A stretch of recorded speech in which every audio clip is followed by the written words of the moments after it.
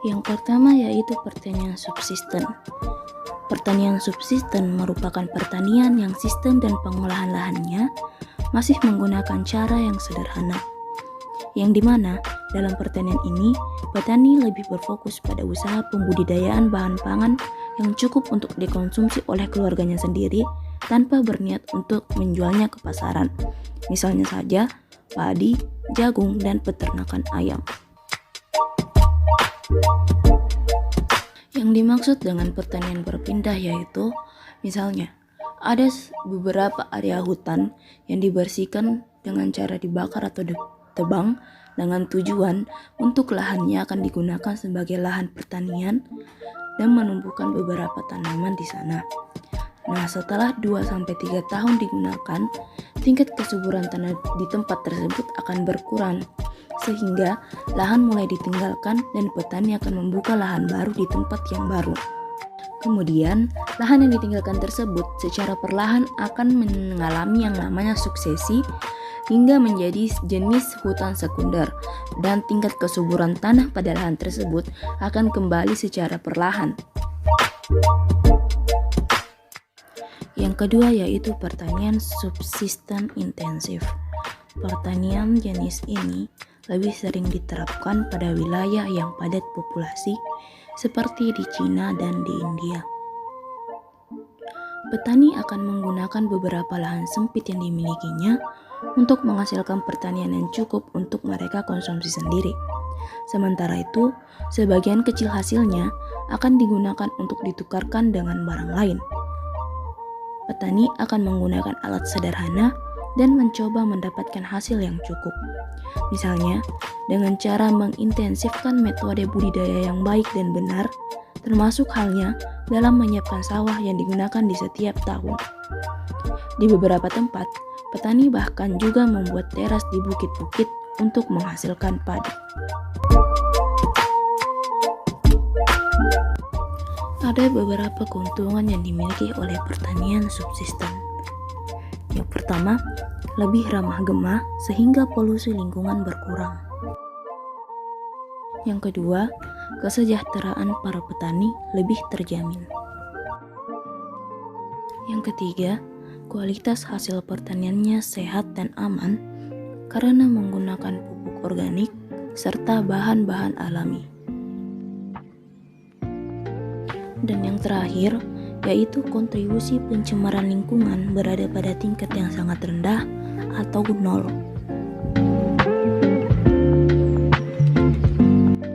Yang kedua yaitu pertanian modern, merupakan proses budidaya pertanian yang menggunakan peralatan canggih untuk memudahkan proses produksi dan meningkatkan hasil pertanian dalam kurun waktu yang efektif dan efisien. Pertanian jenis ini mendapat tanggapan pro dan kontra di masyarakat. Mereka pro karena dapat mengembangkan pertanian dengan pesat, dan mereka kontra karena pertanian ini mencemari serta merusak lingkungan. Contohnya yaitu bioteknologi, pertanian organik, dan hidroponik. Manfaat pembuatan atau penggunaan sistem pertanian modern yang pertama yaitu membantu meningkatkan nilai ekspor. Tingginya nilai ekspor hasil pertanian di Indonesia menjadi pertanda bahwa saat ini kualitas produk pertanian Indonesia telah sesuai dengan standar internasional. Hal tersebut dikarenakan sudah diterapkannya konsep pertanian modern untuk mendapatkan kualitas dan kuantitas produk pertanian yang baik. Dengan meningkatnya nilai ekspor, maka devisa negara semakin meningkat yang akan menguntungkan sektor pertanian. Yang kedua yaitu mengembangkan sistem agribisnis. Sistem pertanian modern selain mengusung peningkatan hasil dan mutu, juga memperhatikan sisi usaha pertaniannya, sehingga menyebabkan dampak positif dari segi ekonomi pertanian dengan digunakannya sistem agribisnis yang baik. Sistem agribisnis yang menerapkan konsep pertanian modern merupakan sistem yang di dalamnya terdapat keterkaitan erat antara subsistem mulai dari hulu hingga jasa peminjam. Manfaat yang terakhir yaitu terbentuknya sistem terpadu. Yang dimaksud dengan terbentuknya sistem terpadu yaitu adanya penggagasan pembuatan sistem terpadu di mana optimalisasi konsep usaha tani dijabarkan dalam sebuah sistem terpadu yang mampu melingkupi semua sektor termasuk sektor industri. Sistem ini juga dapat dikaitkan menjadi sebuah rantai perekonomian di Indonesia. Konsep ini juga efektif meningkatkan pendapatan petani dan memanfaatkan lahan secara maksimal dengan tetap mempertahankan resiko kerugian lingkungan yang dapat ditimbulkan. Melalui sistem ini, pertanian modern menjadi lebih dikenal luas di masyarakat dan mulai banyak dikembangkan prinsip penerapannya.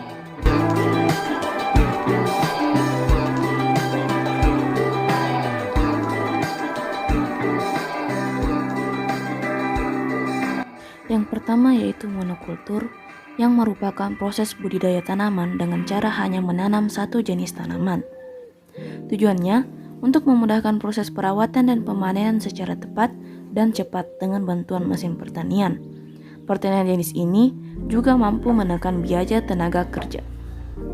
Pertanian monokultur juga mampu membuat petani menjadi lebih fokus pada satu komoditas saja, sehingga hasil yang didapatkan bisa lebih optimal.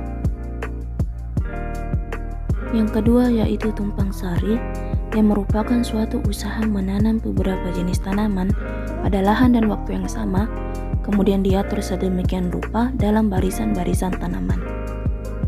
Pola tanam sistem tumpang sari menganut sistem saling mendukung dan melengkapi antar satu tanaman dengan lainnya. Pola tanam tumpang sari harus memperhatikan siklus hidup dan pertumbuhan tanaman yang ditumpangkan dan disarikan. Contohnya yaitu jagung dan kedelai. Tanaman jagung akan menjadi tanaman tumpang untuk kedelai saat jagung mengambil keuntungan dari kedelai sebagai sarinya. Daun kedelai yang rontok akan menjadi humus dan menyuburkan jagung. Saat seperti ini, kedelai sebagai sari memberi manfaat untuk jagung. Sebaliknya, tanaman jagung akan menjadi sari untuk kedelai saat tanaman ini berfungsi sebagai pelindung kedelai dari hama.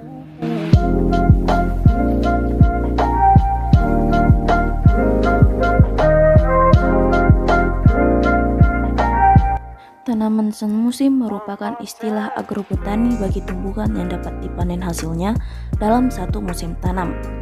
Tanaman ini juga disebut sebagai tanaman tahunan. Tanaman semusim terbagi dua menjadi yang pertama, sekali tanam sekali panen, misalnya padi dan jagung, dan yang kedua, sekali tanam beberapa kali panen, misalnya cabai dan buncis. Yang kedua yaitu tanaman keras.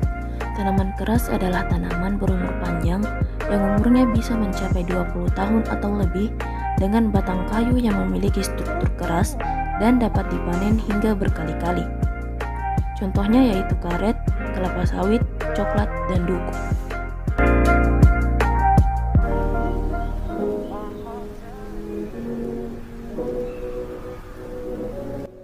Yang pertama yaitu needed oriented, adalah pertanian yang hanya memfokuskan bahan baku yang bersifat konsumsi harian sebagai hasil produksi utamanya.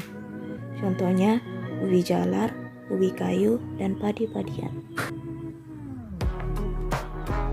Kelebihannya yaitu hasil bahan baku pangan menjadi efisien dan harganya menyesuaikan dengan pemerintah. Kekurangannya yaitu tingkat penjualan tidak terlalu tinggi. Alasannya karena produk yang diproduksi selalu sama dan karena produk konsumsi harian pelanggan terbatas, maka pelanggan tidak akan membeli produk dengan jumlah yang banyak. Dan kekurangan lainnya yaitu persaingan yang ketat.